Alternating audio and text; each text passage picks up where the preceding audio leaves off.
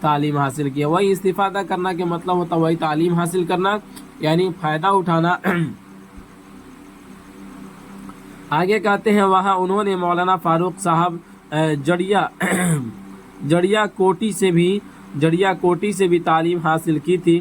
دینی اور درسی تعلیم کے ساتھ ساتھ ادب سے تعلق بھی قائم ہوتا گیا ہے، یعنی کہ دینی اور درسی تعلیم کے ساتھ ساتھ کیا تھا، ادب کے اندر بھی ان کی روچی بڑھتی چلی گئی اور ادب سے بھی ان کا تعلق قائم ہو گیا۔ عبدالحلیم شرر کے ناول اور طلسم ہوش ربانی جیسی کتابیں و تصنیف و تالیف کے پہلے پڑھ چکے تھے۔ اس کے بعد کہتے ہیں 1902 عیسوی میں ان کا پہلا مضمون پٹنہ کے رسالہ الپنج میں خاتونوں کی تعلیم عنوان سے شائع ہوا، یعنی کہ 1902 عیسوی میں ان کا پہلا مضمون جو تھا وہ پٹنہ سے، جن کا نام کیا رکھا گیا، رسالہ جو تھا الپنج خاتونوں کی تعلیم عنوان سے، یہ کیا ہوا تھا بابو، 1902 عیسوی میں شائع ہوا تھا۔ اس کی بات کرتے ہیں اسی سال مخزن لاہور میں ان کا ایک اور مضمون آخر وقت شائع ہوا۔ 1903 عیسوی سے ان کے اشعار، نظمیں اور غزلیں بھی شائع ہونے لگی۔ یعنی کہ 1903 عیسوی سے ان کے اشعار، نظمیں اور غزلیں بھی شائع ہونے لگی۔ 1906 عیسوی میں رسالہ الندوہ کے ادارت بھی سید سلیمان ندوی کی تحویل میں آ گئی۔ 1913 عیسوی میں سید سلیمان ندوی مولانا ابوالکلام کے اخبار الہلال سے وابستہ ہو گئے۔ مطلب یہ کہ اپنی زندگی میں کتنے سن میں ان کا کون سے رسالہ شائع ہوا، پھر کتنے سن سے ان کے نظمیں اور اشعار، غزلیں شروع ہو گئی، لیکن آنی شروع ہو گئی، شائع ہونی شروع ہو گئی، پھر کہ کتنے سن کے اندر یہاں بتایا گیا الندوہ کی ادارت بھی سید سلیمان ندوی کی تحویل آ گئی، یعنی کہ وہاں پہ بھی ان کو دیکھ ریکھ کے لیے وہاں بھی ان کو رکھ دیا گیا۔ پھر کہتے ہیں 1913 عیسوی میں سلیمان ندوی مولانا ابوالکلام کے اخبار الہلال سے وابستہ ہو گئے۔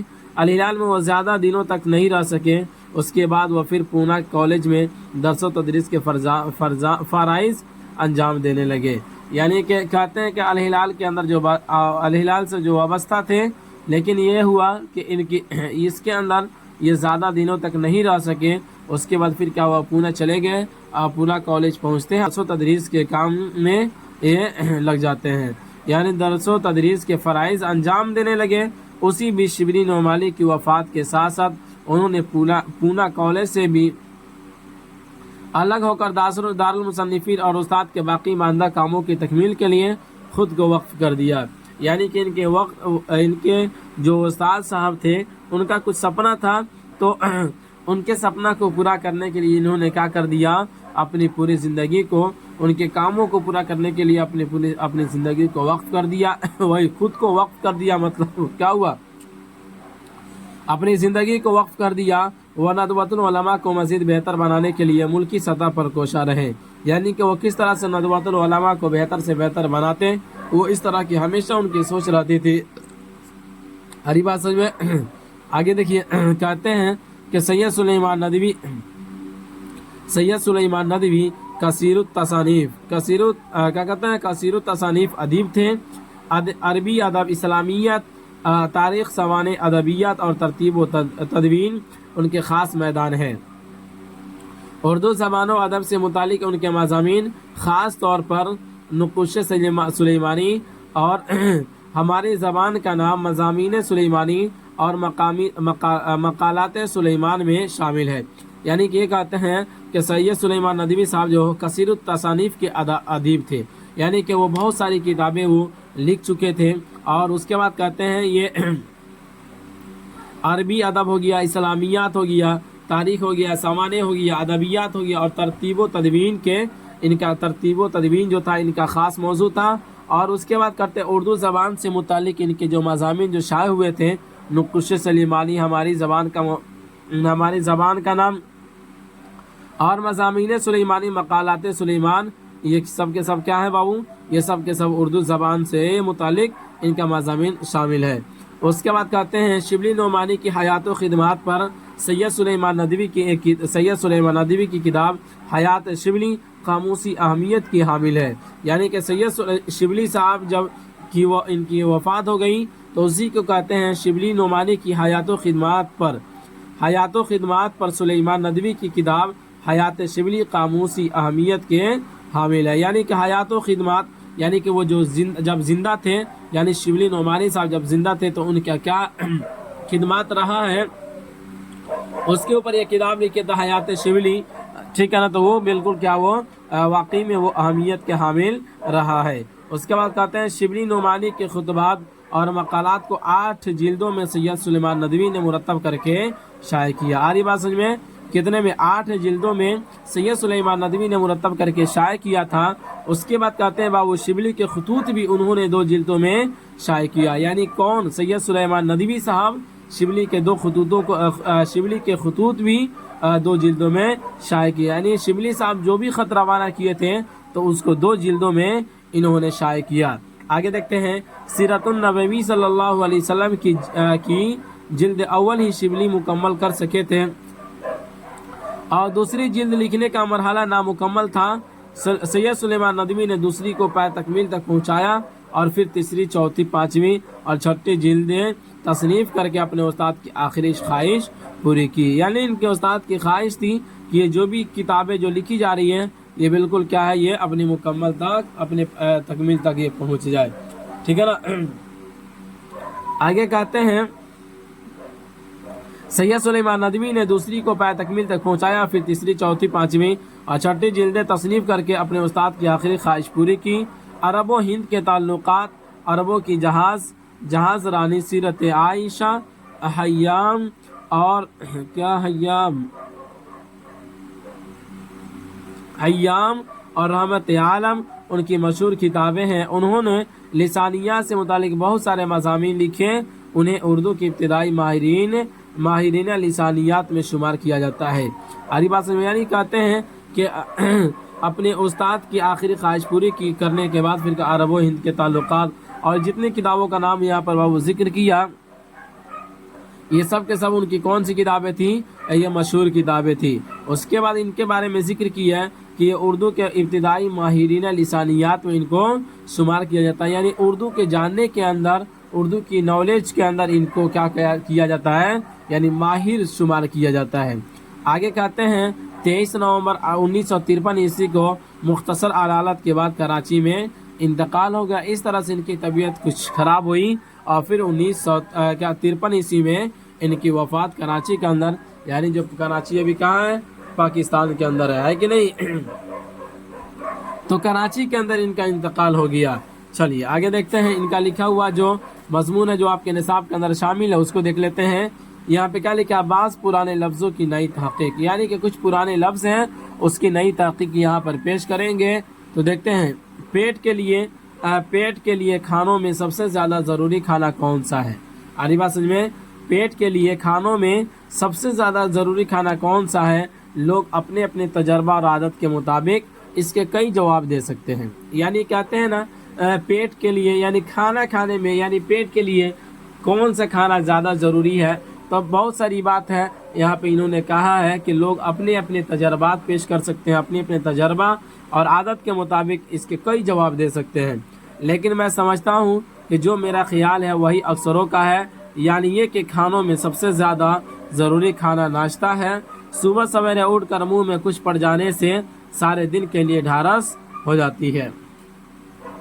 یعنی یہ کہتے ہیں کہ اکثروں کا یہی خیال ہوگا جو میرا خیال ہے، اور صبح سویرے اٹھ کر منہ میں جو کھانا پڑ جاتا ہے وہی کیا ہوتا ہے؟ سب سے بہتر ہوتا ہے۔ آ رہی بات سمجھ میں؟ چلیے آگے دیکھتے ہیں۔ کہتے ہیں کہ یہ عجیب بات ہے کہ ناشتہ کے لیے اکثر زبانوں میں بھوک توڑنے کی اصطلاح بن گئی ہے۔ یعنی کہ ناشتہ کے لیے کیا کہا گیا؟ اکثر زبانوں کے اندر بھوک توڑنے کی اصطلاح بن گئی ہے۔ میں 2 زبانیں جانتا ہوں۔ کیا کہہ رہی ہیں؟ میں دو زبانیں جانتا ہوں، ایک پورب کی اور ایک پچھم کی، یعنی عربی اور انگریزی۔ دونوں میں یہی بات ہے۔ اس سے سمجھتا ہوں کہ اور زبانوں میں بھی کچھ ایسا ہی حال ہوگا۔ عربی میں اس کو فطور کہتے ہیں۔ کیا کہتے ہیں؟ ناشتہ کو عربی میں فطور کہتے ہیں۔ اسی سے مسلمانوں کا افطار نکلا ہے۔ کیا نکلا ہے؟ اسی سے مسلمانوں کا افطار نکلا ہے، اور جس سے افطار کرے اس کو افطاری کہتے ہیں۔ یعنی جس چیز سے وہ افطار کرتے ہیں مسلمان لوگ اس کو کیا کہتے ہیں؟ افطاری کہتے ہیں۔ فطور کے معنی توڑنے کے ہیں، یعنی روزہ کی بھوک کو توڑنا، ہمارا ناشتہ بھی اسی قسم کا لفظ ہے۔ یہ کہتے ہیں کہ فطور کے معنی توڑنے کے ہیں، اور افطار جو کیا جاتا ہے وہ در حقیقت کیا ہوتا ہے، وہ روزے کو توڑتا ہے، یعنی بھوک کو وہ توڑ دیتا ہے۔ آگے کہتے ہیں فارسی میں اس کے معنی اس بھوکے کے ہیں جس نے صبح سے کچھ نہ کھایا ہو، یعنی یہ فطور کے معنی اگر فارسی کے اندر لیا جائے تو اس کے معنی کیا ہے، بھوکے کے جس نے صبح سے کچھ نہ کھایا ہو۔ اس کے بعد کہتے ہیں اب دیکھیے کہ یہ نام تو اس آدمی کا تھا، یعنی مؤید الفضلاء و برہان قاطع، یہ نام تو اس آدمی کا تھا جس کے منہ میں صبح سے کچھ نہ پڑا ہو، اور اب ہم اس چیز کو کہتے ہیں جو صبح سویرے ایسے آدمی کو کھلا دی جائے، یعنی شخص کے بجائے چیز کا نام ہو گیا۔ کیا کہتے ہیں، یہ شخص کے بجائے یہ چیز کا نام ہو گیا، مطلب یہ پہلے کسی شخص کا نام تھا لیکن اب کیا ہو گیا، ایک چیز کا نام ہو گیا ہے۔ اس کے بعد آگے ذکر کرتے ہیں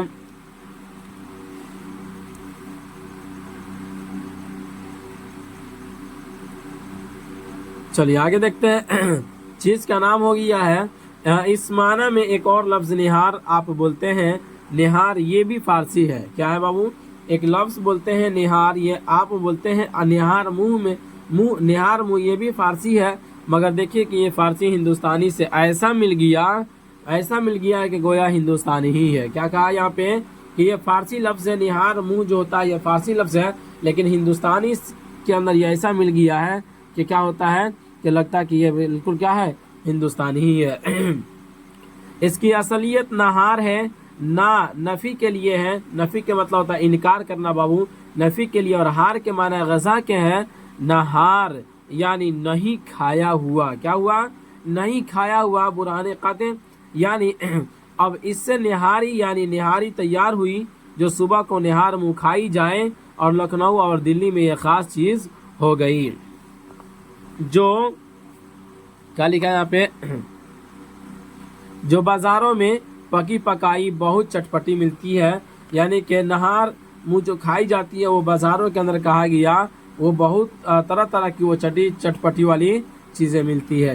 نہار سے آہار یاد آتا ہے، آہار آٹے کی اس لئی کو کہتے ہیں جو کاغذ اور کپڑے پر اس لیے چڑھائی جاتی ہے کہ وہ مضبوط ہو جائے۔ کیا کہتے ہیں، اس لئی کو کہتے ہیں جو کاغذ اور کپڑے پر اس لیے چڑھائی جاتی ہے کہ وہ مضبوط ہو جائے۔ آپ سن چکے ہیں کہ آہار غذا کو کہتے ہیں جو بدن کی تقویت کا باعث ہوتی ہے۔ کیا کہا یہاں پر، آہار غذا کو کہتے ہیں جو بدن کی تقویت کا باعث ہوتی ہے، یعنی بدن کو قوت بخشتی ہے، اسی کے قوت بخشنے کا یہ سبب ہوتی ہے، اس لیے اس لئی کو بھی کہنے لگے جو کاغذ اور کپڑے کی قوت کو بڑھا دیتی ہے۔ ٹھیک ہے نا، اسی لیے کیا کہا، اس لئی کو بھی کہنے لگے جو کاغذ اور کپڑے کی قوت کو بڑھا دیتی ہے، یعنی جس طرح سے آدمی اس کو کھاتا ہے تو اسے قوت ملتی ہے، اسی طرح سے اس لئی کو بھی کاغذ کپڑے کے اوپر جو چڑھا دیتے ہیں تو اس سے اس کی قوت بڑھ جاتی ہے، اس اعتبار سے اس کو بھی لئی کہنے لگا۔ ٹھیک ہے نا، اری بات سمجھ میں۔ اس کے بعد کہتے ہیں بابو، روز مرہ کے کھانوں میں قلیہ، قورمہ بہت عام چیزیں ہیں۔ قلیہ کی شکل عربی ہے مگر معنی عربی نہیں۔ قلیہ کی عربی شکل قلیہ ہو سکتی ہے۔ کیا، قلیہ کی عربی شکل قلیہ ہو سکتی ہے۔ عربی میں قلی بھوننے کو کہتے ہیں، اس سے قلیہ بن سکتا ہے، اور بھنے ہوئے گوشت کو کہہ سکتے ہیں۔ ہماری زبان میں کیا کہا یہاں پہ، ہماری زبان میں قلیہ اس شوربہ دار گوشت کو کہتے ہیں جس میں کوئی ترکاری پڑی ہو، بلکہ اسی ترکاری کو قلیہ کھانے لگے ہیں۔ قورمہ تو ترکی معلوم ہوتا ہے، قورمہ جو لفظ ہے یہ کیا ہوتا ہے، یہ ترکی معلوم ہوتا ہے۔ آ رہی بات سمجھ میں؟ چلیے آگے دیکھتے ہیں۔